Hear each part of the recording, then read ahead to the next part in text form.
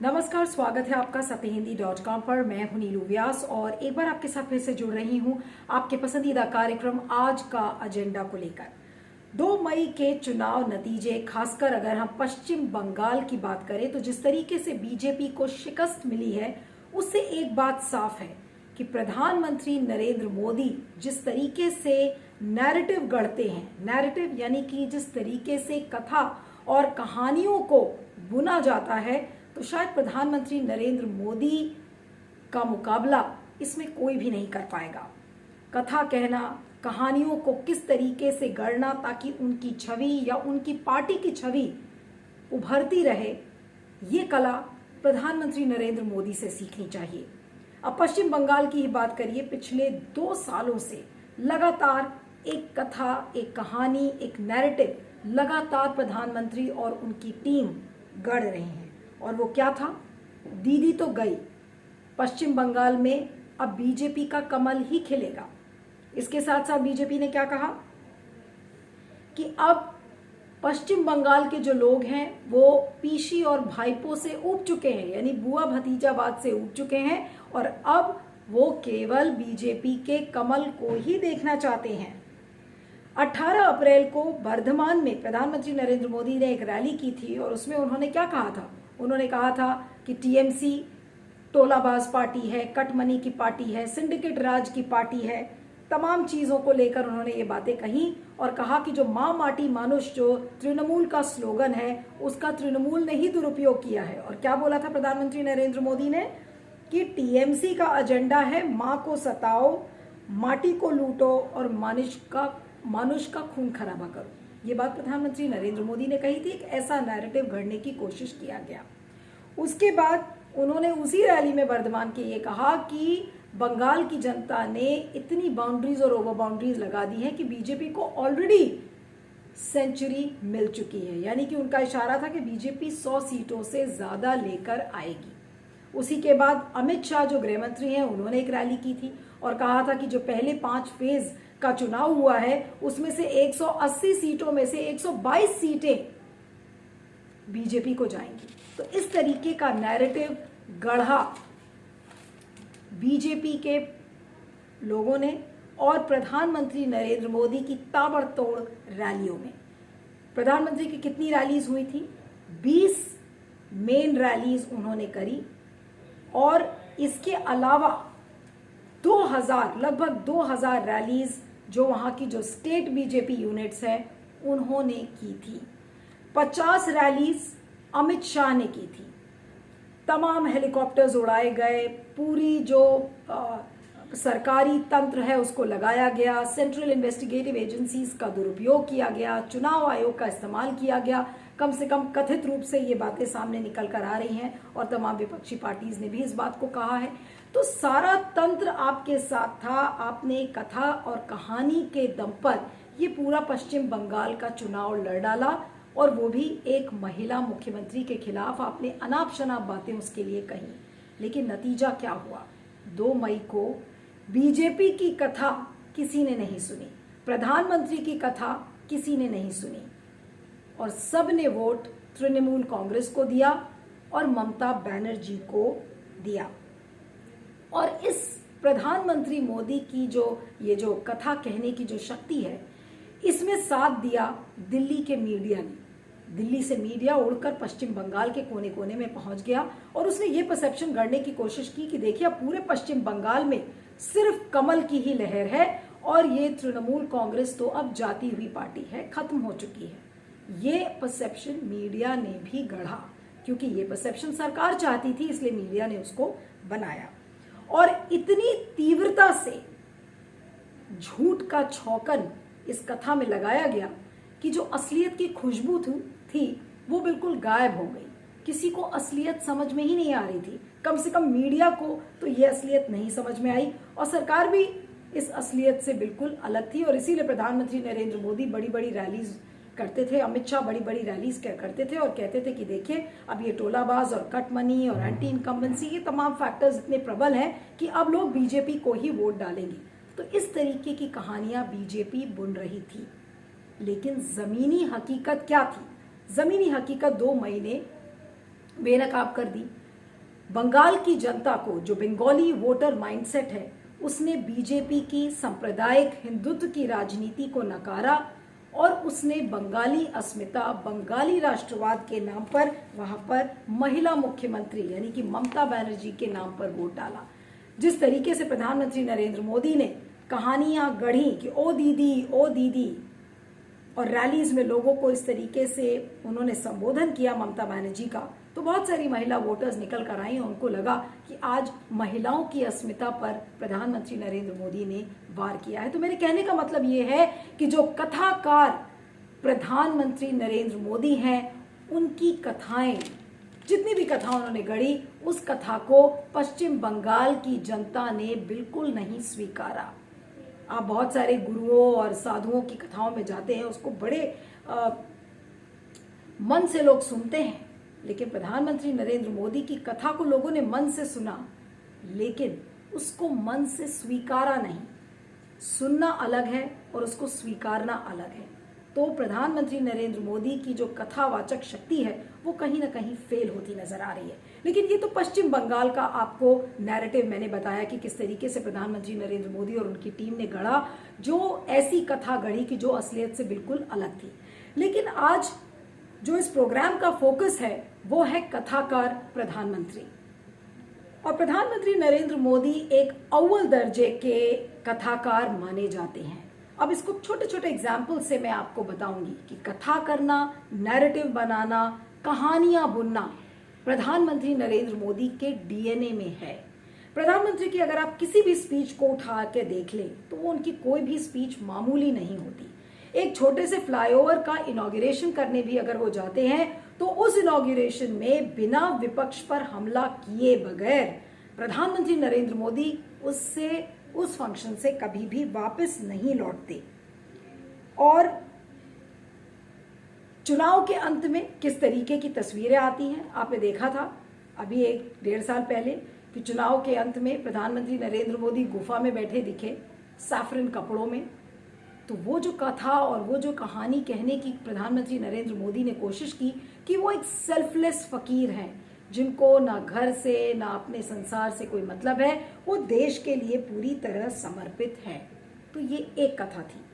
Demonetisation की आप बात कर लें कि जब डिमोनेटाइजेशन फेल हो गया तो प्रधानमंत्री नरेंद्र मोदी और उनकी टीम ने कैसी कथा गढ़ी कि प्रधानमंत्री नरेंद्र मोदी की जो नीयत है वो बिल्कुल साफ है और एक ईमानदार छवि की नेता है। जब ये डिमोनेटाइजेशन फेल हो रहा था, चाइनीज ने जब घुसपैठ किया तो उसके बाद कथा किस तरीके की गढ़ी गई, ये कहा गया कि ये तो राष्ट्रवाद है, और ये राष्ट्रवाद का नारा किस स्लोगन पर लगाया गया, मदर इंडिया, भारत माता, और इन सब की तस्वीरों को उजागर किया गया। आर्थिक व्यवस्था जब नष्ट होती है तो आप शुरू से अगर देख लीजिए तो क्या कहा गया कि हार्वर्ड से पढ़े लोग जो आलोचना करते हैं हमारी आर्थिक व्यवस्था की, तो उसमें क्या कहा था प्रधानमंत्री नरेंद्र मोदी ने कि कड़ी मेहनत हार्वर्ड के लोगों को फेल कर देता है, हार्ड वर्क ट्रम्प्स हार्वर्ड। उस समय अगर आप उसको ध्यान करें। और पिछले साल ज़्यादा, अब बहुत लंबी चौड़ी इसमें बिना बातचीत किए कोविड मैनेजमेंट पे आप आ जाइए कि किस तरीके से कोविड को निपटने में ये सरकार किस तरीके से उसने कहानियां गढ़ी हैं। पिछले साल जब प्रवासी मजदूरों की जब उनके गांव की ओर जब चलना शुरू हो गया था तो उस समय क्या कहा था, तुषार मेहता जो सोलिसिटर जनरल है, आपको याद होगा, तो उन्होंने जर्नलिस्ट के लिए क्या कहा कि वो गिद्ध की तरह बैठे हुए थे और गिद्ध की तरह उन्होंने वेट किया उन तस्वीरों को निकालने का बजाय इसके कि वो किसी की मदद करते। और तुषार मेहता के कहने का एक तरीके से सेंस जो ये था कि जो प्रवासी मजदूरों की जो प्रॉब्लम है वो रियल नहीं है, वो मीडिया जनरेटेड है, मीडिया ने क्रिएट किया है। तो इस कथा को सोलिसिटर जनरल ने किया क्योंकि सरकार से इस कथा को रजामंदगी मिली थी। तो इस तरीके की कथा उस समय गढ़ी गई। उसके बाद बार बार ये बताया गया कि देखिए मीडिया किस तरीके से नेगेटिव खबरें दिखा रहा है, और काम करने के बजाय ये सरकार क्या करती रही, सिर्फ कथा सुनाती रही। और कथा ऐसी कि सारी वो जो जमीनी हकीकत है उससे बिल्कुल अलग है।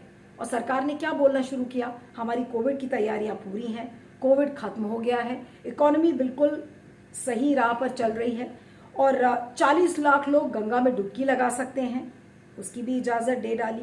लेकिन असलियत क्या थी, कोविड बढ़ रहा था, और इस तरीके से बढ़ा कि लोगों ने दम तोड़ना शुरू किया।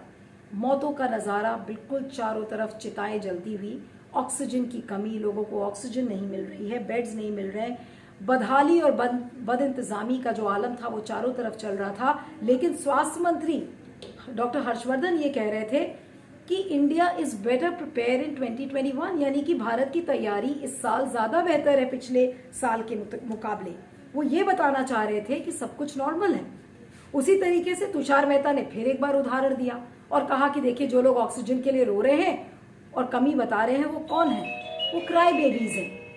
तुषार मेहता के कहने का मतलब ये था कि जो लोग ऑक्सीजन की कमी को लेकर रो रहे हैं वो क्राई बेबीज हैं, यानी कि वो जबरदस्ती रो रहे हैं।